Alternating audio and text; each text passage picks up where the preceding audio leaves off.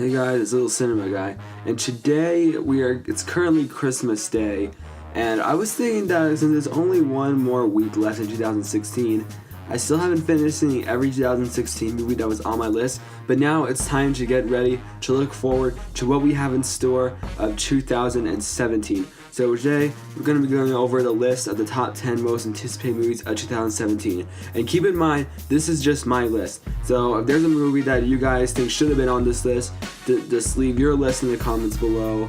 But here we go. So number 10, Transformers: The Last Knight. So Transformers has been through some pretty minor changes.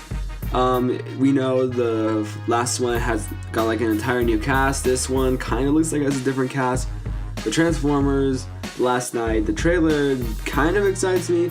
It doesn't really look that much of a Transformers movie, but you know it's a Michael Bay Transformers movie when the main characters are humans and not the actual Transformers. But yeah, the part of the trailer that everybody is talking about is Optimus Prime turning evil, and that's something that kind of excites me. I feel like the Transformers movies are pretty much now running out of ideas. So I was like, hey, let's decide to make Optimus Prime evil. It'll totally screw with our fans, but they'll love it anyways. So yeah, Transformers: The Last Knight. I really hope this is the last one in terms of the movie, but let's see how it turns out. Moving on to number 9 is Kong Skull Island. So when I first heard about it, it's like, oh, a new King Kong movie. This sounds pretty interesting. It looked pretty good. The Comic-Con trailer excited me. I knew I was going to end up seeing this anyways, but what got me excited more is that I found out it takes place in the same universe as Godzilla. The Godzilla movie that came out 2 years ago with Bryan Cranston, Aaron Taylor Johnson, that one. This takes place in that same universe, which really excites me because I want the next one to be a battle between Godzilla vs. King Kong. The cast in this movie looks incredible.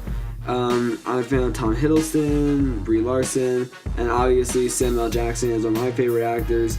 This definitely looks like it could potentially be good, but I feel like it may be a bit of a mediocre movie. I feel like this is one of those movies that might not be great, but it's just going to be good.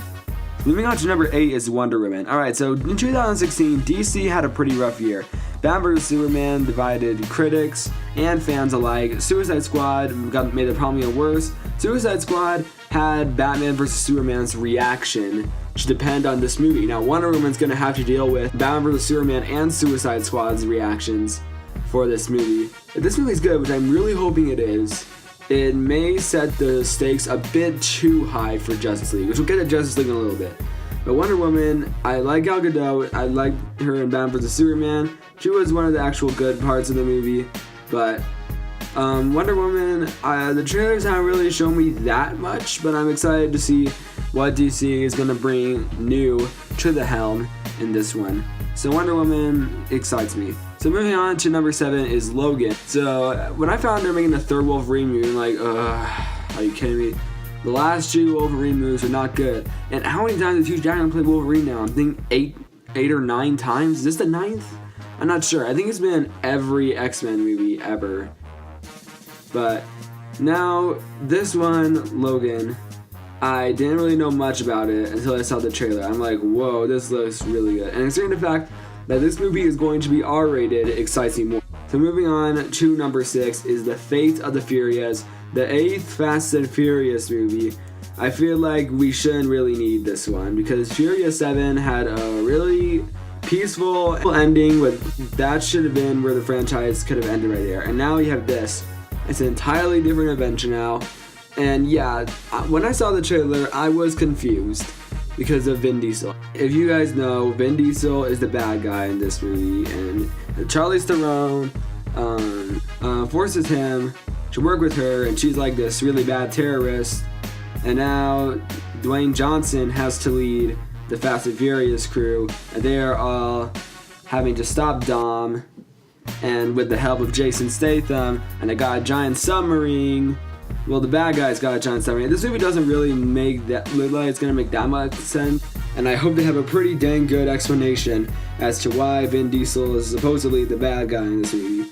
So moving on to number 5, Thor Ragnarok. So Thor Ragnarok, everything I have heard about this movie so far, from its director Taika Waititi, everything I have heard about this movie so far is the producers like Kevin Feige or Taika Waititi saying that this is going to be very different from every other Marvel movie. This is going to be very different. So just don't think it's a funny comedy where the main don't really understand what the main villain wants. Just expect a lot more different stuff. And this one excites me. Mostly because it may take it's probably taking the Planet Hulk storyline. That excites me. And also, especially that Doctor Strange is going to be in this, excites me even more. Moving on to number 4 is Justice League. The Justice League actually kind of might be a little bit under my radar. That is because a Justice League, this behind the scenes video showed up. It looks like they're doing some pretty cool stuff here.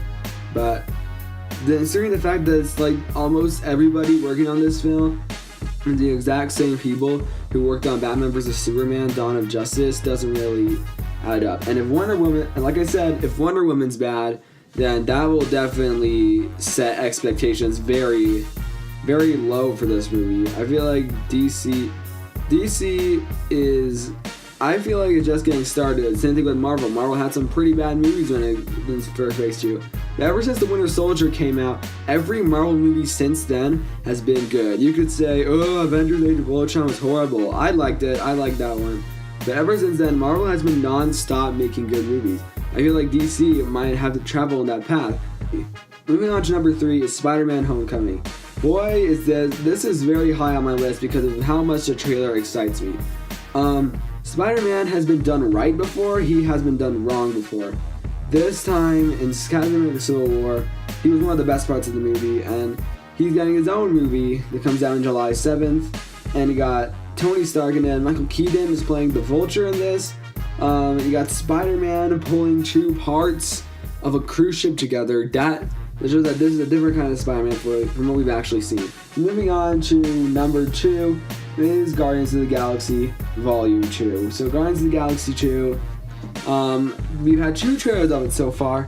I'm not really sure what to expect out of it. I'm pretty sure what I'm going to get out of this movie is that it's going to be funny. It's going to have me laughing a lot. And yeah, it's pretty much what I can expect from this movie so far.